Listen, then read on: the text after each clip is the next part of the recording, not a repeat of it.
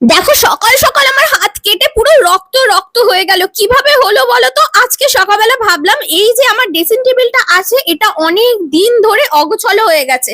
তা আমি ভাবলাম চলো এইটা আমি পরিষ্কার করি। তো পরিষ্কার করতে করতে আমি আমার হাতের নখ সবসময় ছোট রাখি, জানি না কি করে নখটা ধার হয়ে গেছিল, ওটা দিয়ে আমি চুলকে নিয়েছি। আর তারপরে এই যে বডি লোশনটা আছে, আমি ভাবলাম চলো এই বডি লোশনটা অনেকদিন হয়েছে ইউজ করি না, আমি রোজ একটু করে মাখি। এটা মাখতে গিয়ে দেখি যে আমার হাত যেখানে আমি চুলকেছিলাম সেইখান থেকে আমার রক্ত বেরোতে শুরু করে দিয়েছে। রীতিমতো আমি ঘাবড়ে গেছিলাম জানো তো। আমার নখ হয়তো একটুখানি কোথাও ছিলে গেছিল, মানে ধার হয়েছিল, সেটা দিয়েই আমি তখন হাতটাকে চুলকেছিলাম। আর তারপরে যখন আমি দেখলাম বডি লোশন ইউজ করতে গিয়ে, আর দেখো কত রক্ত।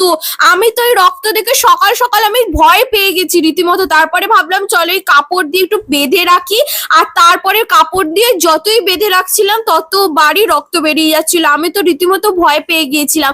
সকাল সকাল এমন যে বিপদ হবে আমি তো ভাবতেই পারিনি। দেখো কাপড়টা লাল হয়ে গেছে।